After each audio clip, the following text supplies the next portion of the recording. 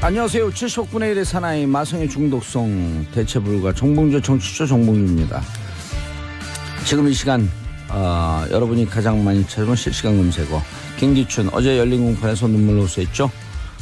미국 세제 개편안 현지 시간 19일 오후 하원 통과했습니다.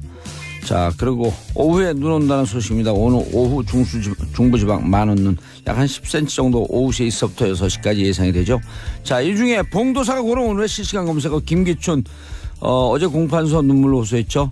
지난 75년서부터 80년까지 약 23명의 제일 유학생을 간첩으로 몰았던 그때 그들이 가족에 당했던 그 눈물은 기억나지 않으십니까? 더 우셔야 합니다. 자, 오늘 첫 곡 밴드 에이드의 Do They Know It's Christmas. 정봉주 정치쇼 1부 순서 들어왔습니다. 뉴스 브리핑. 네, 안녕하십니까. 미디어오늘 정상근 기자입니다. 미디어오늘 정상근 기자 자리하셨습니다. 내가 이게 이름 기억 못하고 찾는 동안에 그냥 자진 납세해버렸네. 네, 그러실까 봐 제가 먼저. 자진 납세 좋은 버릇이에요. 네. 네, 연말 정산할 때 네. 세금들 많이 내세요. 세금 많이 내는 나라가 좋은 나라예요. 그리고 세금 낸 게 다 자기한테 다 돌아오거든요. 아, 그렇죠. 예, 다 네. 돌아오고 국가로부터 혜택은 다 받고 세금은 안 내려고 그러는 사람들이 있죠. 상위 1%. 그렇죠. 특히 뭐 법인세 하나 올렸다고 네. 예전에도 막 좀 난리가 났었었죠. 그렇죠. 지금도 이번에 법인세 그 올린 거 아니 상위 구간에 3천억이에요. 3천억. 네. 3천억 이상 되는 매출을 올리는 회사들에게 22%가 아니라 25% 내게끔 하겠다. 네. 그런데 3천억 넘는 회사 몇 개 같아요? 얼마 안 되는 걸로 알고 있는데 한 열 몇 개 정도 되지 않아요? 77개. 아, 77개. 네. 네. 그리고요.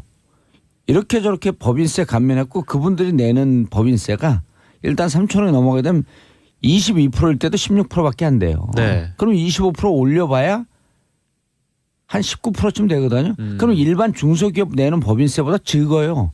중소기업은 법인세 감면 혜택이 없어요. 네. R&D 기술 자금도 못 받고. 그럼 본인들이 더 많은 혜택이 있거든. 그렇죠. 근데 안 내요. 혜택은 받을 건 받고 예. 네, 낼 건 안 내고. 그런 사람들 때문에 사회 정의가 삐뚤어지는 거죠. 자, 샵 1035 짧은 문자 50원 긴 문자 100원. 처음부터 너무 묵직하게 시작해서 죄송합니다. 그러나 세금은 할 말은 하고 넘어가야 됩니다. 받은 만큼 내자. 조금 더 내면 조금 더 받는다. 자, 오양수님 예능 프로보다 정봉주의 정치쇼가 제일 재밌어요. 보다라고 하는 비교는 좀 불가하지 말아주세요. 그냥 the best.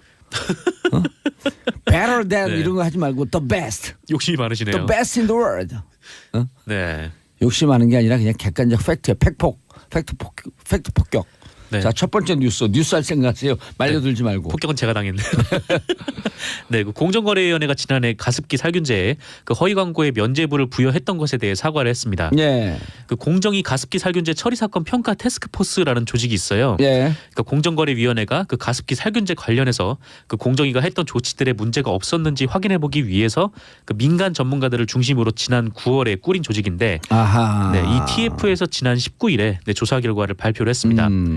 결론을 말씀드리면요, 그 지난해에 그 가습기 살균제 피해자가 그 애경과 SK케미컬이 2002년과 2011년 사이에 클로로메틸 이소티아졸리논, 그러니까 CMIT라고 하고요. 예. 네, 메틸 이소티아졸리논 MIT라고 하는데 예. 이 두 물질이 이제 독성 성분이에요. 그래서 독성 성분이 포함된 그 가습기 살균제를 판매를 하면서 인체에 무해한 제품이라고 광고를 한 것에 대해서 공정위에 제소를 했었거든요. 그런데 공정위가 이 허위 광고를 처벌을 하지 않고 그 사건을 심의 절차 종료, 그러니까 사실상 무혐의로 종결을 시켜버립니다. 예.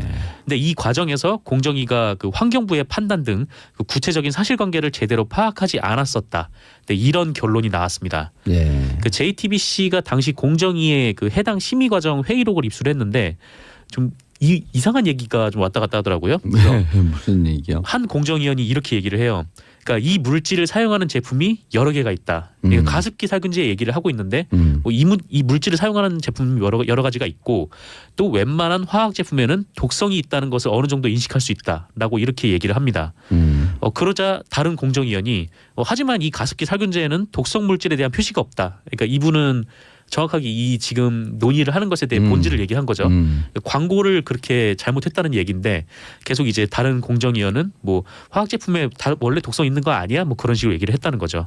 근데 그렇게 반박을 하자 그건 위원회에서 판단할 것이다라고 말을 자르면서 이 제품을 문제를 삼으려면 다른 제품도 문제를 삼아야 한다는 식으로 말을 했다고 합니다. 그 공정위원 누구예요? 공정위원이라고 그냥 그 회의록에 나와 있어서 이게 정확하게 누구의 발언인지 아직 공개가 되진 않았는데요. 예. 네. 모르진 않죠. JTBC는 알고 있을 것 같기는 한데. 아니 그 공정위 이거 다시 감사하게 되면 네. JTBC에서 보도한 거고 지금의 공정위가 그때 당시 공정위원들 회의한 사람들을 찾아내면 누군지는 알 거 아니에요. 그렇죠. 뭐 찾아내면 금방 네. 알 거예요. 왜냐하면은 이게 3명밖에 안 들어가 있었거든요. 이 원래는 총 9명이 그 공정위원들이 이제 회의를 전체 회의를 해야 되는데 그냥 3명이서 소회의를 하고 그다음에 그냥 이렇게 사건을 이렇게 넘겨버렸다는 겁니다. 이런 사람들 찾아갖고 처벌해야 되죠. 그렇죠. 이제 김상조 네. 공정거래위원장도 좀 그 기회가 있으면 시계를 좀 거꾸로 돌리고 싶다 이렇게 얘기를 하면서 이 해당 부분에 예. 좀 후속 조치가 있을 것이라는 이제 취지로 얘기를 했다고 하는데 예. 그렇게 되면은 이런 얘기를 한 사람들이 좀 누구인지도 알 수 있겠죠. 그리고 처벌받아야죠. 네. 처벌하고 적폐청산하는 것은 자꾸만 야당은 정치적 보복이라고 그러는데 잘못한 사람을 처벌을 하면 재치기가 나오네. 재채기가 나온다고요? 얘기할 때 재채기가 나왔고 네. 자 잘못한 사람을 처벌하면요 사회 정의를 실현하는 거예요. 아, 네, 그럼요. 부모님들이 제일 화가 났을 때 우리 아이가 언제 제일 그렇게 때리는 줄 알아요? 막 화가 나갖고 언젠데요? 첫 번째 거짓말하고 첫 번째 도둑질했을 때. 왜냐하면 거짓말하고 도둑질하는 아이가 될까봐 두려워서. 네. 그래서 이렇게 잘못한 사람들, 거짓말한 사람들, 도둑질한 사람들, 나쁜 짓 한 사람을 처벌하는 것은 사회 정의가 실현되고 사회가 도덕성이 유지된 사회가 만들어지면 서로 간에 믿으면서 사는 훈훈한 사회가 되는 거거든요. 그렇죠. 그러니까 처벌하는 거예요. 아니, 도둑질한 집에 또 다른 도둑이 들었다고 해서 신고를 안 하는 건 아니잖아요. 그렇죠. 네. 아니 그 쌀을 훔쳐오는 쥐를 왜 그냥 놔도 그냥 쥐를 잡아야죠. 다음 소식으로. 아니 쌀을 갉아먹는 쥐는 어떻게 할 거예요? 네? 국가의 고가인 쌀을 갉아먹는 쥐를 어떻게 할 겁니까? 아, 잡아야죠. 당연히 잡아야 되는 근데 거고. 작은 쥐도 잡아야 되지만 대왕 쥐도 잡아야 되잖아요. 네, 이렇게 넘어갈 줄 알았는데. 네, 아니 알겠습니다. 쥐 잡자는데 왜 그러십니까 도대체? 네, 아니 뭐 아침부터. 쥐는 당연히 잡아야 되는 그렇죠. 거고요. 당연히 잡아야 될 쥐를 잡자는데 왜 그러십니까? 네, 뭐 다른 건 사람 잡자는 것도 아니잖아요. 뭔가 위태위태한 기분이 지금 스튜디오 안에 한기가 엄습을 하네요. 예. 네. 어쨌건 확 쥐물듯이 물어버릴까 보다. 네, 넘어갈까요? 예.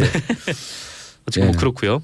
그 두 번째 소식을 좀 전해드리면 야, 공정위가 결국은 이렇게 독성 있는 그 가습기 때문에 네, 피해본 부모들이 낸 거조차도 묵살을 한 정황이 있다. 그렇죠. 묵살을 한 정황이 있고, 근데 아직 지금 뭐 공정거래위원회가 TF를 구성을 하고 조사를 했지만 아직 좀 미진한 점은 있다고 해요. 그러니까 뭐 이런 전임 분들한테 공정위원들을 이렇게 조사를 안 누르려고 했고요. 했던 공정위원들한테 이렇게 얘기를 해야 돼. 당신 자식이 그랬어도 그렇게 눌렀겠냐.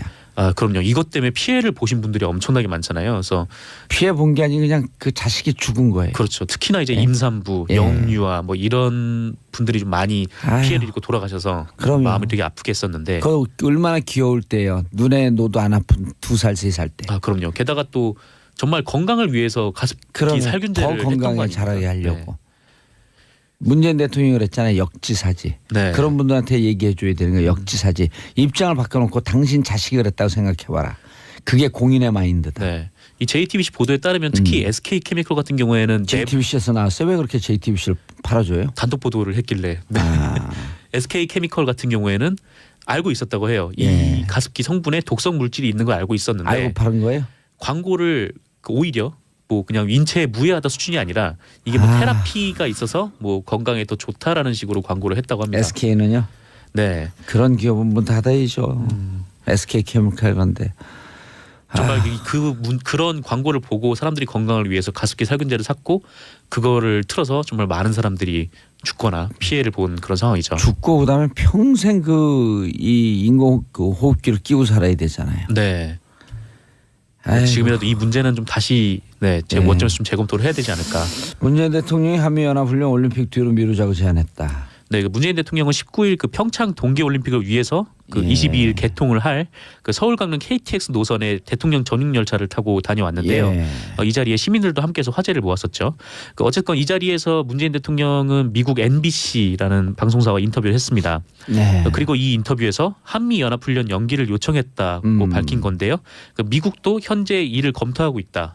네, 이렇게 문재인 대통령이 직접 말을 했습니다. 한반도 만의 평화가 아니라 세계 평화를 위해서 연기하자는 그런 거죠. 그리고 올림픽은 평화의 상징 아니에요. 그렇죠. 문재인 대통령의 말에 따르면 그 88년 서울 올림픽은 문재인 대통령의 말씀에 따르면 그렇게 하면 안 돼요. 네? 문재인 대통령의 말씀에 따르면 그렇게 얘기하면 안 돼요. 뭐 그렇게 말 따르죠. 네. 문재인 대통령 말에 따르면 이러지 말고. 네. 뭐 청취자분들 청취자분들을 고려해서. 네. 어쨌건 문재인 대통령이 한 말씀에 따르면은 그 88년도 1988년 서울 올림픽 같은 경우에는 이제 동서 냉전을 해소를 하고 좀 그런 데 역할을 했다면 그 이번 평창 동계 올림픽 같은 경우에는 그 한반도 긴장 완화와 평화에 기여를 할 거다. 이렇게 얘기를 하면서 기대감을 드러냈다고 합니다. 왜냐하면 88년 서울 올림픽은요. 그 전에 84년, 80년 올림픽이 러시아 올림픽, LA 올림픽인데 둘 다 반쪽 올림픽이었거든요. 네네 맞아요. 하나는 서방 세계, 하나는 비서방 세계만 참가했던. LA 올림픽도 소련 당시에 소련이었죠. 참석 안 했잖아요. 그랬죠. 그런데 88년 서울 올림픽을 통해서 동서 화해, 냉전 해소의 상징이 되었으므로 한국은 그런 기운이 있는 나라다. 이번에 평화의 나라로 한번 가보자. 아하. 그런 의미였었네요. 뭐 그런 의미죠. 게다가 또 이번에 문재인 대통령께서 말씀하신 거는 그러니까 북한의 동계 올림픽 참가 가능성을 끝까지 살펴보면서 계속해서 이제 설득을 해나가겠다. 특히 뭐 IOC나 IPC 같은 이제 올림픽 기구들을 연계를 해서 긴밀하게 협의를 하고 있고 이 올림픽 기구들이 북한에 계속해서 참가를 설득을 하고 있다. 그렇게 얘기를 했습니다. 동계 올림픽 상징성도 있잖아요. 동계라고 하는 것은 얼음이 얼 때 아니에요. 이 얼음을 평화로 녹이자. 해빙을 하자. 해빙을 하자. 야, 어떻게 이렇게 해석을 잘할까 나는. 8950님 봉도사님 방송 너무 재미나게 잘하시네요. 속이 뻥 뚫려요. 방송 들으며 다양하고도 참 어이없는 상황들을 많이 알게 됐어요. 땡큐. 네. 감사합니다. 끝났어요? 아니나 아직 시간 많이 남았네. 자, 아이고 또 가슴 아픈 소식. 위안부 피해자 송신도 할머니께서 오늘 별세하셨네요. 네, 오늘 별세하신 건 아니고요. 그 지난 16일 노안으로 별세를 하셨는데 16일 뒤늦게 알려졌습니다. 향년 95세이시고요. 그 할머님은 만 16세에 불과하셨을 때 중국으로 끌려가서 그 일본군에 의해서 가혹한 나날을 보내셨다고 하고요. 1923년생이에요. 그리고 이때 그 16세에 끌려갔으면 1939년이거든요. 이때 위안부 39년 37, 8년서부터 위안부가 이제 본격적으로 극성을 부릴 때죠. 네, 그렇습니다. 전쟁의 막바지로 달릴 때. 할머님의 옆구리와 널쩍다리에는 칼자국이 있었고요. 팔에는 가네꼬라는 일본 군들이 새긴 문신이 있었습니다. 계속해서 그 상흔들을 몸에 가지고 평생을 살아오셨는데요. 그 일본이 패전한 그때 저항하니까 칼로 그 상처를 입혔을 것이 분명할 거고. 분명하죠. 할머님은 패전을 한 후에 그 일본이 패전을 한 후에 갈 곳이 없는 상태였는데 그 일본으로 가자는 일본 군인의 말에 속아서 일본으로 가셨고요. 이후에 계속 일본에서 거주를 하셨고 이번에 돌아가신 곳도 일본 도쿄도에서 돌아가셨습니다. 한국에 계신 분이 아니에요? 네, 일본에 계신 분이에요. 할머님이 위안부 사실 피해가 알려지게 된 계기는 그 일본의 양심적인 시민분들의 도움이 있었는데요. 그 1992년 그 위안부 동원에 일본군이 관여했음을 알 수 있는 문서가 공개가 되자 그 일본 시민단체들이 위안부 피해자를 찾아다녔고 그때 송신도 할머님의 피해 사실이 처음 알려졌습니다. 그리고 나서 송신도 할머니께서는 그 일본 시민단체들과 함께 일본 정부에 소송을 내고 일본 정부에 공식 사과를 요구하면서 당당하게 싸우셨는데요. 아쉽게도 재판에서는 패소를 하셨습니다. 할머님의 이 이야기들을 담은 다큐멘터리가 2007년에 개봉이 됐었어요. 나의 마음은 지지 않았다라는 다큐멘터리인데요. 재판이 끝나고 나서 비록 패소는 했지만 할머니께서는 나의 마음은 지지 않았다 이런 말씀을 남기셔서 그렇게 제목이 잡았습니다. 그래서 그렇게 돌아가셨고요. 나의 마음과 역사는 지지 않았다 이렇게 들리네요. 고인의 명복을 빕니다. 이런 거 보고 일본이 끝까지 사과 안 하겠다는데 이거 어떻게 됩니까? 그러게요. 이번에 강경화 외교부 장관이 일본에 가지 않았었습니까? 예. 네, 일본 정부에서는 그 한일 위안부 협정 문제점을 설명을 하는 강경화 장관에게 네, 뭐라 그랬어요? 합의를 이행해야 한다. 그렇게만 계속 얘기를 했다고 합니다. 사과하세요, 사과. 일본 사과를 하셔야죠. 사과는 하세요. 네, 독일처럼. 네. 그 독일하는 거 좀 그대로 배우세요. 정상근 기자님 수고하셨습니다. 인사하시고요. 네, 감사합니다. 자, 저는